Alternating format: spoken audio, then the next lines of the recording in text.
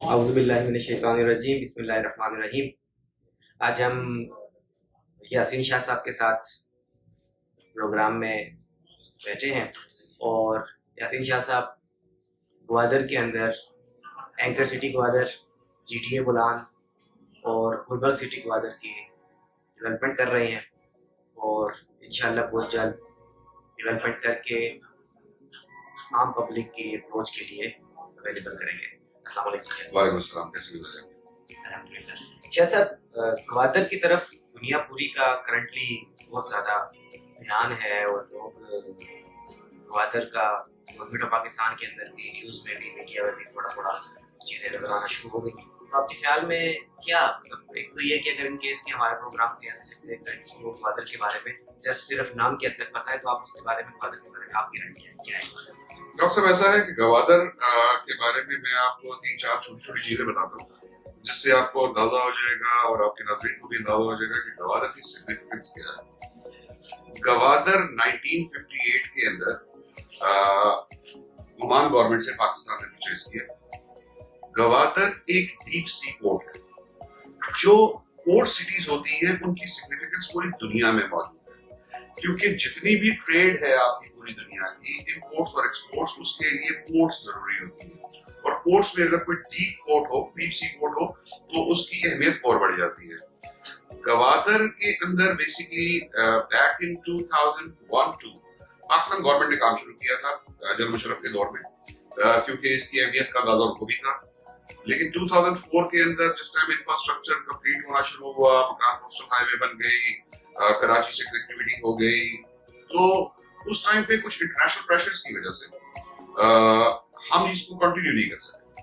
Pakistan government continue नहीं कर सकी, क्योंकि पाकिस्तान गवर्नमेंट के पास इतने रिसोर्सेज नहीं थे कि वो ऐसी पोर्ट एक्टिव कर ले जो दुनिया की डीपेस्ट सी पोर्ट हो। क्योंकि जितनी उसकी अहमियत मौजूद है, उतने ही उसके ऊपर एक्सपेंसेस मौजूद है। तो हुआ ये कि ये प्रोग्राम हो गया रोल बैक। पाकिस्तान मकरूज हो गया था। डिफरेंट दुनिया के कुछ बड़े और हमारे हमसाया ममालिक ऐसे हैं जो करीबी दोस्त भी हैं, लेकिन वो ये नहीं चाहते कि हम इस पोर्ट को डेवलप करें, क्योंकि हमारी पोर्ट के डेवलप करने से क्या होगा कि उनके बिजनेसेस में फर्क आएगा। तो फिर इसलिए इस प्रोजेक्ट के अंदर काफी लोगों ने उस टाइम पे बैक इन 2006, 7, 8 बहुत लॉसेस भी किए। अच्छा, दूसरी बात उस टाइम वहां पर ये भी थी कि वहां पर आपने कराची से तो कनेक्ट कर लिया था गवादर को, लेकिन गवादर के अंदर कनेक्टिविटी नहीं थी। आप गवादर तक पहुंच जाते थे, लेकिन गवादर एक बहुत बड़ा इलाका है, उसके अंदर आप डिफरेंट जो एरियाज है वहां तक आप नहीं पहुंच सकते थे। जैसे गवादर में एक एरिया है पिशुकान। अब पिशुकान को आपने गवादर से जाना है, अब जो रोड बनी हुई है आपको 20 से 25 मिनट लगते हैं। पहले आपको सुबह निकलना पड़ता था समंदर, जबकि लहरें पीछे जाती थी, आप गाड़ी उसके ऊपर लेकर जाते थे और शाम से पहले पहले आपको वापस आना पड़ता था, वरना समंदर आगे आ जाता। ठीक है, तो उस प्रोसेस के अंदर 2 घंटे जाने और 2 घंटे आने में लगते थे। तो इसलिए वो कनेक्टिविटी नहीं हो सकी। उसके बाद फिर गवर्नमेंट ने रोल बैक कर दिया और जिन लोगों ने इन्वेस्टमेंट्स की थी वो ठीक ठाक लॉस में गए। 2013 के अंदर चाइना ने एक प्रपोजल दिया कि हम इस पोर्ट को टेक ओवर कर लेते हैं और हम इस पोर्ट को क्लियर कर लेते हैं, बना लेते हैं, और आप भी इसमें फायदा ले लें, हम भी इसमें फायदा ले लें। अच्छा, पाकिस्तान के लिए तो ये बहुत बेहतरीन बात है, क्योंकि आपके पास तो वो पैसे थे ही नहीं, प्लस इंटरनेशनल प्रेशर्स, आप एक छोटा मुल्क है, आप नहीं संभाल सकते। लेकिन चाइना जो कि आने वाली सुपर पावर है अगले 5-7 सालों में, और इस टाइम इकोनॉमिक सुपर पावर तो है वो दुनिया की, उसके लिए ये चीज बहुत आसान है। उसके पास पैसे मौजूद हैं ताकि वो उस पर लगा के उसको पोर्ट, और उसके साथ उसको खुद एक बहुत बड़ा फायदा है जिसको हमारे पाकिस्तानी लोग नहीं समझ रहे, इंटरनेशनली लोग समझ रहे हैं। अगर चाइना गवादर पोर्ट को एक्टिव नहीं करता तो चाइना को बहुत ज्यादा इश्यूज होने जा रहे हैं 2035 तक, क्योंकि चाइना जितना भी ऑयल परचेज करता है वो परचेज करता है गल्फ से परचेज करके वो 40 दिन लेता है और अपने शंघाई पोर्ट के ऊपर जाके उतारता है, और वहां से वो तरसील होता है तमाम उनकी फैक्ट्रीज में, उनके प्रोडक्शन हाउसेस में। अब प्रोडक्शन होगी तब जब ऑयल आएगा। ऑयल लेना है उसने गल्फ से, 40 दिन का 38 दिन का ट्रेवल टाइम है। जो बीच में सबसे बड़ा प्रॉब्लम है वो ये है कि उसको गुजरना पड़ता है स्टेट ऑफ पनामा से। स्टेट ऑफ पनामा जो है वो अमेरिकन इन्फ्लुएंस है। चाइना के अगेंस्ट, वो चाइना के अगेंस्ट है। साउथ चाइना सी के इश्यूज आप सुन रहे हैं पिछले 5-7 साल से, वहां पर चाइना का एक अलग इशू चल रहा है, ताइवान के साथ, हांगकांग के साथ एक अजीबोगरीब मामला चल रहे हैं और अमेरिका सपोर्ट कर रहा है। बिकॉज अमेरिका इस साइड पे सुपर पावर मौजूद है, वो नहीं चाहता कि कोई भी और इमर्ज करके ऊपर आए, इवन चाइना ऊपर आए। तो अमेरिका ने स्टेट ऑफ पनामा के अंदर चाइना को काफी टफ टाइम दिया। चाइना को एक ऑल्टरनेटिव रूट चाहिए, मतलब वो गुजर रहा वहां से है जिस जगह पे उसको सिक्योरिटी और इस तरह की चीजों के इश्यूज आ रहे हैं। अगर चाइना की पूरी इकोनॉमी बेस कर रही है उसकी प्रोडक्शन के ऊपर, प्रोडक्शन के लिए उसको ऑयल चाहिए, ऑयल अगर उसका रुक जाता है तो चाइनीज इकोनॉमी गिर जाएगी। तो चाइना ने पिछले 5-7 साल में ये प्लान करना शुरू किया कि वो दुनिया की और पोर्ट्स को भी लेना शुरू करे। उसके लिए उसने डिफरेंट लोगों के साथ मुआहदे किए, अफ्रीकन कुछ पोर्ट्स ले ली, कोलंबो पोर्ट ले ली, फिर ढाका पोर्ट $26 मिलियन की इन्वेस्टमेंट करके ले ली, फिर उसके बाद वो गवादर की तरफ आया। अब लोग सुन तो गवादर को रहे हैं 2018-19 से, पीछे प्लान चल रहा था 2013 से। 2017 के अंदर MOU साइन हुए हैं। 2017 के अंदर पाकिस्तान ने ऑफिशियली उनको दी है, कोर्ट दे दी है कि वो फ्री जोन्स को एक्टिव करे, पोर्ट को एक्टिव करे। 2018 के अंदर चाइनीज का पूरा प्लान सामने आया है जिसको हम मास्टर प्लान बोलते हैं। अब ये 2018 में जो प्लान आया है उसके हिसाब से पूरा जो सी पैक है, पूरा सी पैक बेस किस पे कर रहा है? गवादर के ऊपर। लेकिन सी पैक के अंदर सिर्फ गवादर नहीं है, ये भी याद रखिए, कनेक्टिविटी है गवादर के साथ हर जगह पे। अगर आप चाइना का 1980s का प्लान देखें तो चाइना ने सबसे पहले क्या किया? चाइना ने सबसे पहले इलेक्ट्रिसिटी पूरी की। उसके बाद जहां जहां उसने इलेक्ट्रिसिटी जनरेट की वहीं पर उसने इंडस्ट्रियल जोन्स बना दिए। सेम यही पैटर्न वो पाकिस्तान में फॉलो कर रहे हैं। आपका मुल्तान बहादुर के अंदर, बकर के अंदर, आपका हर जगह पर इस टाइम पे लगभग कोई 7 से 8 हजार मेगावाट वो सिस्टम में डाल चुके हैं और 2025-26 तक वो कंप्लीट कर लेंगे अपनी एनर्जी की रिक्वायरमेंट को, जो कि 2050 में जरूरत है। आज 2025 से 30 तक की जितनी एनर्जी चाहिए वो चाइना प्रोड्यूस कर चुका है पाकिस्तान के अंदर। आपकी इसके अंदर थर्मल प्रोजेक्ट है, ये भी आपको पिछले 1 हफ्ते पहले पता चला होगा कि थर्मल प्रोजेक्ट के अंदर आपने 3 बिलियन टन रिजर्व्स आपने आइडेंटिफाई कर लिए, आप पहुंच चुके हैं उन तक। ये 3 billion ton is not a joke, ये आपकी अगले 15 साल की जरूरत पूरी कर सकता है। अब चाइना ने क्या किया कि वो जहां जहां पे बिजली बनी वहां वहां पाकिस्तान को कहा यहाँ इंडस्ट्रियल जोन बना दे। पहला फेज कंप्लीट हो गया है 2021 के एंड पे, एनर्जी पूरी हो गई है। अगला फेज है 2022 से 2025 तक।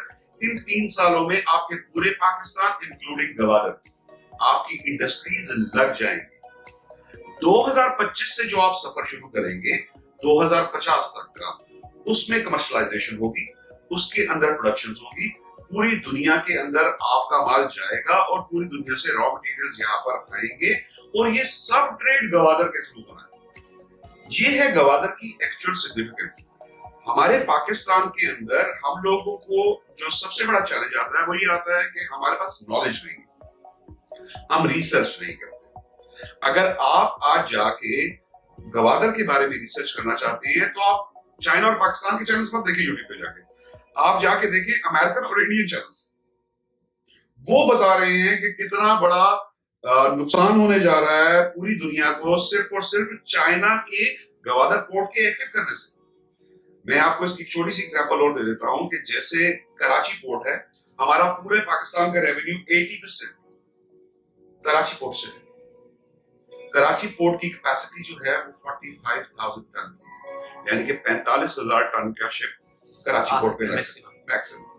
गवादर पोर्ट की कैपेसिटी आज के दिन में 1,75,000 टन की शिप की है, जिसको हम कहते हैं जो ऑयल की वेसल्स होती है, मदर वेसल्स होती है, वो इतनी बड़ी होती है।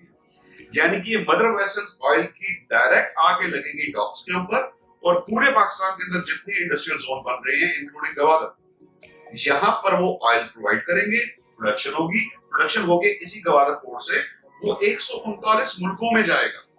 जो पूरा प्रोजेक्ट है बेल्ट एंड रोड इनिशिएटिव का, इसमें 139 कंट्रीज रोड, रेलवे और पोर्ट से कनेक्ट हो रही है। इन सारी कनेक्टिविटी के लिए पूरे BRI के लिए सी पैक जरूरी है और सी पैक गवादर के बगैर पॉसिबल नहीं है। आज के दिन में जब हम गवादर के अंदर किसी भी प्रोजेक्ट की बात करते हैं, किसी भी बिजनेस की बात करते हैं, तो ये बात याद रखिएगा, जब भी कोई सिटी डेवलप हो रही होती है तो सिटी के अंदर जो सबसे पहली रिक्वायरमेंट होती है, पहली नीड होती है, वो होती है हाउसिंग। तो सबसे पहला सेक्टर जो आता है वो रियल एस्टेट का आता है। इसके बाद और बिजनेसेस आते हैं। आपको 2023 के अंदर चाइना जैसे ही अपना एयरपोर्ट कंप्लीट कर लेता है, जो कि इस टाइम साउथ ईस्ट एशिया का सबसे बड़ा एयरपोर्ट बनने जा रहा है, और इस टाइम पे 24 आवर्स वहां पर वर्किंग चल रही है। 2023 के एंड पे जैसे ही एयरपोर्ट कंप्लीट हो जाना है, इंटरनेशनल इन्वेस्टर ने आना शुरू कर। इंटरनेशनल इन्वेस्टर जैसे ही गवादर पहुंचेगा, रियल एस्टेट का एक बूम आएगा अगले 3-4 साल के लिए। लेकिन हम पाकिस्तानी लोग जो हैं, हम बेसिकली बूम जब शुरू होता है, हम उस टाइम पे इंजेक्ट करते हैं अपने आप को। जो मेरी रिक्वेस्ट है पिछले 2 साल से, मैं अपनी जितनी भी पाकिस्तानी कम्युनिटी के अंदर, चाहे पाकिस्तान के अंदर या पाकिस्तान के बाहर जो मूव करता हूं, वहां पर मैं सबको एक बात कहता हूं कि this is the time to invest. जब सब पहुंच जाएंगे तो वो इन्वेस्टमेंट का टाइम नहीं रहेगा, वो प्रॉफिट टेकिंग का टाइम है। आज हम एज अ पैराडाइम डेवलपर्स, हम 3 हाउसिंग सोसाइटीज वहां डेवलप कर रहे हैं। जैसे आपने शुरू में बताया, एंकर सिटी है, 45 एकर्स के ऊपर है, हमारी डेवलपमेंट स्टार्ट हो गई है, सोल्ड आउट है प्रोजेक्ट हमारा जीडीए बुलान फेज 1 है, और अब फेज 2 भी हमने साथ स्टार्ट कर लिया है।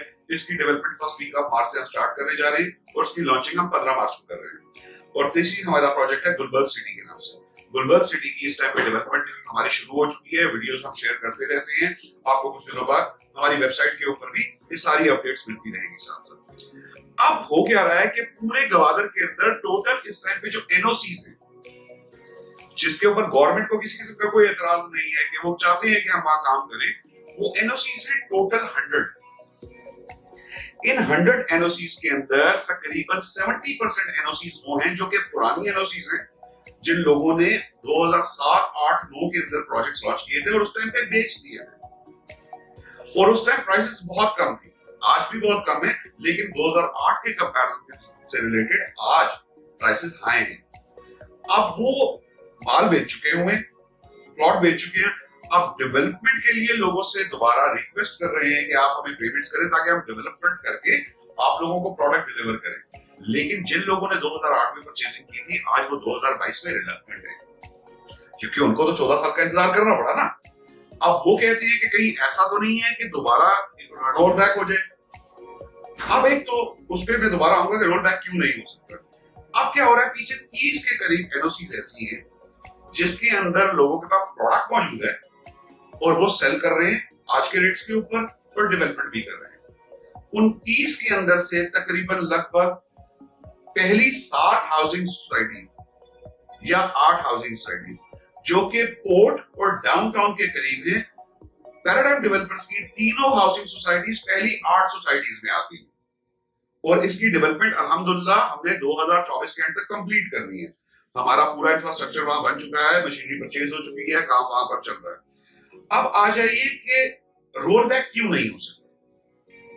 रोल बैक ना होने की सबसे बड़ी वजह ये चाइना का प्रोजेक्ट है। इकोनॉमिक सुपर पावर है और पूरी दुनिया की सुपर पावर ये बन जाएगी। चाइना $9.2 ट्रिलियन इस पूरे प्रोजेक्ट पे इन्वेस्ट कर रहा है। 9,200 अरब dollar. Non humankind history के अंदर इतनी बड़ी इन्वेस्टमेंट कभी भी किसी को 9,200 अरब डॉलर, वो भी दूसरे मुल्क के, वो 9,200 अरब डॉलर। इसको समझिए इस बात को, पाकिस्तान का टोटल डेट कितना है, पाकिस्तान का टोटल जीडीपी कितना है, 200-250 अरब डॉलर।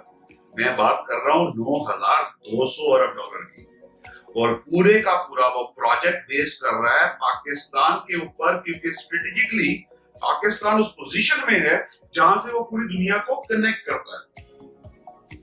अब इतनी बड़ी इन्वेस्टमेंट स्टेक पे लगे हुई है पाकिस्तान के, तो चाइना कुछ भी करेगा इस प्रोजेक्ट की ऑन टाइम डिलीवरी देगा, जो कि 2025 है।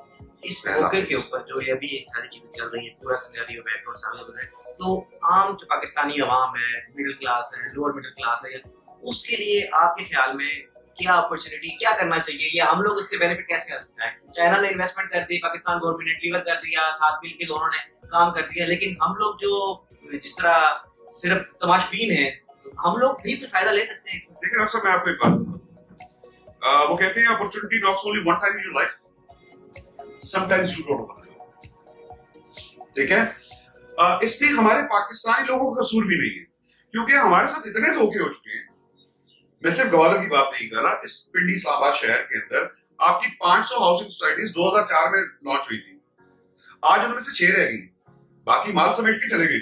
6 भी रह गई है, उनका भी सब नेगेटिव में और लॉस हाँ, में, और सिर्फ फाइलें हैं, रियल में चीजें नहीं है, बहुत कुछ कहना अब चाहिए। मैं आपको बताता हूं कि जीडीए गवादर डेवलपमेंट अथॉरिटी ने इस सारे सिनेरियो को चेंज कर दिया। वो कैसे चेंज कर दिया? बिकॉज चाइनीज नहीं चाहते कि कोई भी इन्वेस्टर, चाहे वो 1 बिलियन रुपए का इन्वेस्टर हो या $1 बिलियन का इन्वेस्टर हो, वो किसी भी किस्म की कोई गलत बात बीआरआई, सीपैक या गवादर के बारे में करे। तो जो बायलॉज डिजाइन हुए हैं गवादर के, अगर आप उनको समझ जाएं और अगर आप इनको अपने पाकिस्तानी भाइयों बहनों को समझा सकें, तो चीजें बहुत आसान हो जाएंगी। सबसे पहली बात, गवादर के अंदर फाइलिंग नहीं है, पहले दिन अलॉटमेंट है। लेट्स सपोज हमारी जीडीए बुलॉन सिटी है या गुलबर्ग सिटी है, ये 100 एकड़ की है। ये 100 एकड़ लैंड, सबसे पहले ये 100 एकड़ land Gwadar development authority pledge करती है। जैसे गुलबर्ग सिटी की लैंड जो है वो मेरे नाम पे है, वो मैंने परचेज की है, उसकी रजिस्ट्री मेरे नाम पे है, लेकिन मैंने वो पेपर्स जीडीए को प्लेज कर दिए हैं उस 96 एकड़ के। अब मैं वो जमीन नहीं बेच सकता, पहली बात इसको समझिएगा। दूसरी जो सबसे इंपॉर्टेंट बात है, ना मैं उस जमीन को बढ़ा सकता हूं, ना मैं उस जमीन को कम कर सकता। पूरे पाकिस्तान में ऐसा कोई सिस्टम नहीं। यहां पर 200 कनाल जमीन खरीदी जाती है, 50,000 फाइलें बेच दी जाती है, और उसके बाद उसके ऊपर सट्टा होता है, और जो आम आदमी जो कुछ इन्वेस्ट करके 5 साल बाद, 3 साल बाद अपना घर बनाना चाहता है या अपने बच्चों के लिए कुछ चीज बनाना चाहता है और लॉन्ग टर्म में प्रॉफिट लेना चाहता है, वो मर जाता है। गवादर में ऐसा नहीं। अब इस 96 एकड़ के अंदर मैं कुछ नहीं कर सकता। फिर जीडीए की अगली रिक्वायरमेंट आती है जी कि आप मास्टर प्लान दें, आप कितने प्लॉट बनाएंगे। 51% लैंड वेस्टेज है हर प्रोजेक्ट के अंदर, 51%। पार्क्स, रोड, पब्लिक प्लेसेस, ये सारी चीजें। अब इसके बाद 49% सेलेबल रह जाता है। अब 49% के अंदर, यानी कि लेट्स से हमारे पास 96 एकड़ थी, तो हमारे पास 51% निकाल के 1050 के करीब प्लॉट्स बने। अब जीडीए ने साथ हमें एक एनओसी दी है जिसको कंडीशनल कर दिया है। तमाम एनओसी कंडीशनल है, 3 साल के अंदर हमें डिलीवरी देनी है। अगर हम नहीं देंगे हमारी एनओसी कैंसिल हो जाएगी। एनओसी कैंसिल होने का मतलब है वो 96 एकड़ ऑलरेडी उनके पास ही है, हम तब भी वो जमीन नहीं बेच सकेंगे, पूरा प्रोजेक्ट जीडीए टेक ओवर कर जाएगा, तो एक इन्वेस्टर का नुकसान नहीं होगा। अच्छा, इसके अंदर एक और चीज प्लॉट डाल दी जीडीए ने, जब ये 1050 प्लॉट हमारे पास है, तो अब तो ये हमारे यहाँ बेच सकते हैं। नहीं, जीडीए ने कहा इसमें से 30% प्लॉट वो हम जीडीए के नाम करेंगे, मतलब प्लेज के ऊपर रीप्लेज। अगर हम 3 साल में डिलीवरी नहीं देते, तो इसका मतलब ये हुआ कि वो 30% प्लॉट जो हम बेच ही नहीं सकते थे, वो जीडीए के पास है। वो जीडीए अगर बेचना चाहेगी, तो जितनी हमारी डेवलपमेंट कॉस्ट है उस प्राइस से काफी हाई प्राइस के वो प्लॉट है। उसमें कमर्शियल भी प्लेज है और रेजिडेंशियल भी प्लेज है, इक्वली 30%। लेट्स सपोज हमारी डेवलपमेंट के ऊपर 70 करोड़ रुपए लगते हैं, तो जो हमारे प्लॉट आज के रेट के हिसाब से प्लेज हैं वो 1 करोड़ रुपए। कोई भी डेवलपर क्या 30 करोड़ का नुकसान करेगा? वो भी कंपैरिजन टू अदर, मतलब 30% की बात, 30% करेगा और 70% तो है ही है। तो इसलिए अब जो नई एनओसी स्टोर हुई है, उन सब के लिए कंडीशनल है कि वो ऑन टाइम डिलीवरी है। थोड़ा सा एज मिल गया वो इस कोविड की वजह से, हमें टाइम थोड़ा सा मिल गया। कोविड के दिनों में आपको पता है पूरी दुनिया में ये पेंडेमिक था, तो उसकी वजह से जीडीए ने भी कहा कि कोई बात नहीं, हम आपको 6 महीने से 1 साल एक्सटेंशन दे देंगे, आप इजी रहिए, क्योंकि इस दौरान काम हो नहीं रहा था। अब अल्हम्दुलिल्लाह आपको पता है कि अब चीजें स्मूथ हो चुकी है, पूरी दुनिया में स्मूथ हो चुकी है, तो अब वहां पर डेवलपमेंट शुरू हो गई है। अब इन्वेस्टर 3 साल के अंदर, with in 3 years, investor profit taking कर सकता है, अपना प्लॉट बेच सकता है, अपने प्लॉट पे घर बना सकता है। मुझे बताइए पूरे पाकिस्तान में इससे पहले कभी ये था? ये सब कुछ क्यों किया जा रहा है? मास्टर प्लान, चाइना को टाइम पे डिलीवरी मिले। आज मैंने अपने फेसबुक के ऊपर एक न्यूज शेयर की है, जो कल की न्यूज है, जियो न्यूज के ऊपर एक क्लिप चल रहा था कि एक प्रोजेक्ट कल अप्रूव हो गया $4.5 बिलियन का रिसाइकलिंग का, गवादर में कार्बन रिसाइकलिंग का। 40,000 जॉब्स आ रही है अगले 3 साल के अंदर। ये तो सिर्फ एक है, पाकिस्तान का पहला 7 स्टार होटल बनने जा रहा है। इतनी जॉब्स आएंगी, वो लोग वहां जाएंगे, रहेंगे, और रहेंगे कहां पर? उनको सोसाइटीज ही सिर्फ अप्रूव जो है वो 7-8 हैं, जिसमें से एनओसीज बहुत कम के पास हैं। बाकी लोगों ने अभी बेच रहे हैं, डिलीवर कर रहे हैं, वो तो डेवलप कर लेंगे। जो पहले बेच चुके करके, तो उनके पास पैसा नहीं है, उनके पास पैसा नहीं है। अब आप समझिए कि पाकिस्तान का पहला 7 स्टार होटल वहां बनने जा रहा है। 2292 एकड़ फ्री जोन को दे दी गई है। यहाँ पर आपकी 2 ऑयल रिफाइनरीज लग गई है, यहाँ पर आपकी इंडस्ट्रीज लग गई है। अगले 3 साल में सब कुछ हो जाएगा। 4,500 तो सिर्फ 40,000 तो सिर्फ एक जगह से जॉब निकलेगी। ऑयल रिफाइनरीज में कितनी जॉब्स होंगी, और इंडस्ट्रीज में कितनी जॉब्स होंगी? वो जो पोर्ट है उसके ऊपर पोर्ट की हैंडलिंग, ये सारी चीजें जो जीडीए का व्हाइट पेपर उन्होंने जो दिया है, 15,800 घरों की रिक्वायरमेंट है गवर्नमेंट को प्राइवेट हाउसिंग सोसाइटीज में 2025 में। अभी तक एक भी नहीं बना हुआ। तो आज की ये जो इन्वेस्टमेंट, हम ये नहीं कहते आप सिर्फ पैराडाइम डेवलपर्स के प्रोजेक्ट में इन्वेस्ट करें, आप किसी भी एनओसी वाले प्रोजेक्ट में इन्वेस्ट करें, उसको सिर्फ चेक करें कि भाई ये जो इन्वेस्टमेंट करने जा रहा हूं उसकी लोकेशन क्या है। अगर हमसे बेहतर लोकेशन है और हमसे कम प्राइस है तो वहां इन्वेस्ट कर लीजिए। अगर हमारी प्राइसेस कम है और लोकेशन हमारी बेहतर है तो हमारे साथ इन्वेस्ट कर लीजिए। अच्छा, इसमें वहां पे जो प्लॉट्स ले रहे हैं, जो इस तरह की, तो वहां पे अक्सर वो क्वेश्चन होता है कि जी फाइल है, ट्रांसफर है, रजिस्ट्री है, क्या है? तो वो उसमें जो बंदा अभी प्लॉट ले रहा है जी, तो उसको वो किस फॉर्म में मिलता है? वो आपने पहले बता दिया कि पहले दिन से उसकी जो है, तो वो उसका क्या? देखिए, सबसे पहले आप आए, जैसे आप हमारे ऑफिस आए, आपने कहा जी कि मैं 5 मरले का प्लॉट बाय करना चाहिए। हमारे 5 मरले की कॉस्ट ऑफ लैंड है 12 लाख रुपए, 6 लाख रुपए डेवलपमेंट चार्जेस, 18 लाख रुपए का हमारा 5 मरले का। आपने कहा जी मैं इसको फुल पेमेंट करके देना चाहता हूं, तो हम उसी टाइम आपकी अलॉटमेंट बनाएंगे, आपके हवाले करेंगे, और आपकी वही अलॉटमेंट की एक कॉपी हम गवर्नर डेवलपमेंट अथॉरिटी को भेजेंगे, और वही गवर्नर डेवलपमेंट अथॉरिटी में रजिस्टर होकर वहां से भी एक रजिस्ट्रेशन आपके पास आ जाएगी। आप रजिस्ट्री करवाना चाहिए, आप रजिस्ट्री करवाएं। आप उसी अलॉटमेंट के साथ चलना चाहते हैं, उसी अलॉटमेंट के साथ, वो अलॉटमेंट पैराडाइम नहीं, वो अलॉटमेंट जीडीए दे रहा है, जैसे इस्लामाबाद में सीडीए दे रहा होता है। आप कहते हैं नहीं मैं इंस्टॉलमेंट पे लेना चाहता हूं, अगेन आपसे 3 फॉर्म साइन होते हैं।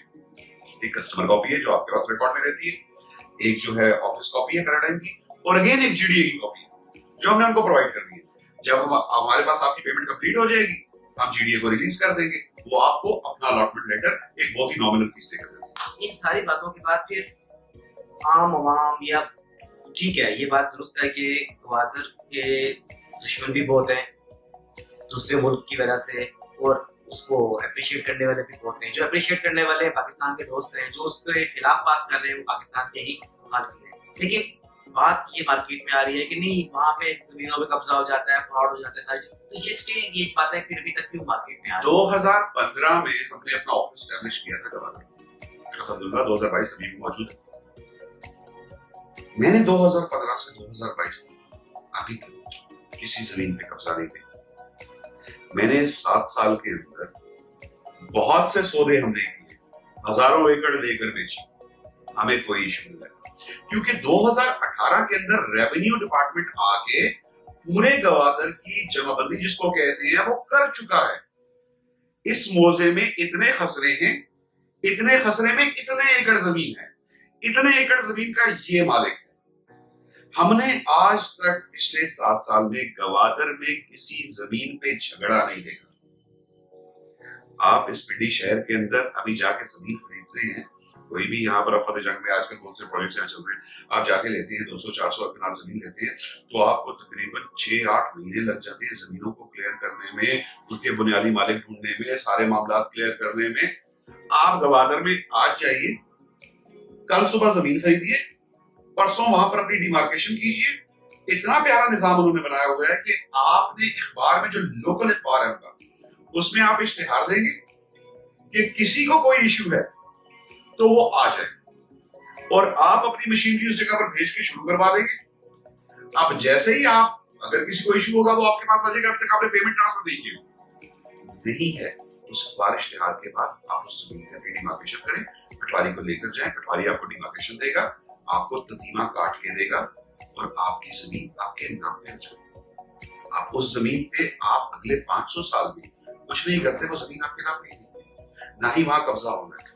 क्योंकि देखिए, एक बात ध्यान में रखिएगा कि गवादर के अंदर सिक्योरिटी जो है पाक आर्मी प्रोवाइड कर, इस पूरे सी पैक के ऊपर सिक्योरिटी पाकिस्तान आर्मी प्रोवाइड कर रही है। तो पाकिस्तान के अंदर जो गारंटर है सी पैक की, वो पाकिस्तान आर्मी है और अल्हम्दुलिल्लाह हमारी आर्मी बहुत प्रोफेशनल है, one of the best in the world, one of the best in the world. We have got one of the best intelligence agency in the world, तो nothing to worry about it. अगर आप लोग invest करना चाह रहे हैं किसी भी एनओसी वाले प्रोजेक्ट में, आप इन्वेस्ट कीजिए और बेफिक्र हो जाइए। और सिर्फ आप रियल एस्टेट में नहीं, आपकी जो अपनी बिजनेसेस हैं, आप वेटरनरी डॉक्टर हैं, इंटरनेशनल कम्युनिटी जहाँ पे आ रही है वहां पर सब कुछ होगा। आप बिजनेस प्लान कीजिए। आज ये रियल एस्टेट का झटका तो 1.5-2-3 साल में खत्म हो जाएगा, क्योंकि उसके बाद प्राइसेस इतने हाई हो जानी है कि सिर्फ बड़ा इन्वेस्टर रह जाएगा।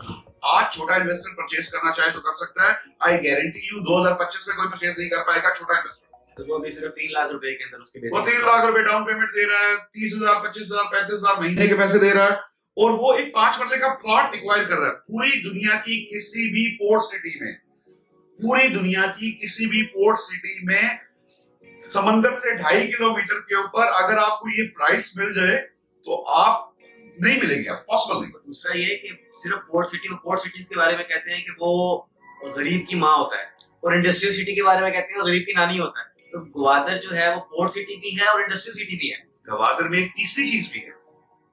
गवादर पाकिस्तान का पहला विंटर सियाहती डेस्टिनेशन है। पूरे पाकिस्तान के अंदर कोई भी विंटर डेस्टिनेशन नहीं थी। हमारे लोग दुबई घूमने जाते हैं, हमारे लोग थाईलैंड घूमने जाते हैं, हमारे लोग दुनिया घूमने जाते हैं। क्यों? क्योंकि यार सर्दियों के अंदर वहां का मौसम बड़ा अच्छा होता है, प्लेजेंट होता है। सेम यही चीज हो रही है ग्वादर। ठीक है sir, thank you very much. आपने ग्वादर के बारे में, अपने प्रोजेक्ट्स के बारे में, पाकिस्तान के फ्यूचर के बारे में, चाइना के फ्यूचर के बारे में, सब चीजों के बारे में बहुत तफसील से हमें सारी चीजें बताई। आपका बहुत शुक्रिया, आपने टाइम दिया। बहुत शुक्रिया डॉक्टर साहब आपका बुलाने का, और अल्लाह हम सबको कामयाब करे। और ये पाकिस्तान के लिए गेम चेंजर है। आज समझ जाइए, 2 साल बाद समझने का मौका नहीं मिलेगा। अब बचता है क्या, बहुत जब चिड़िया चुकेगी। बहुत शुक्रिया sir, thank you very much. अपना ख्याल रखिएगा। अल्लाह हाफिज।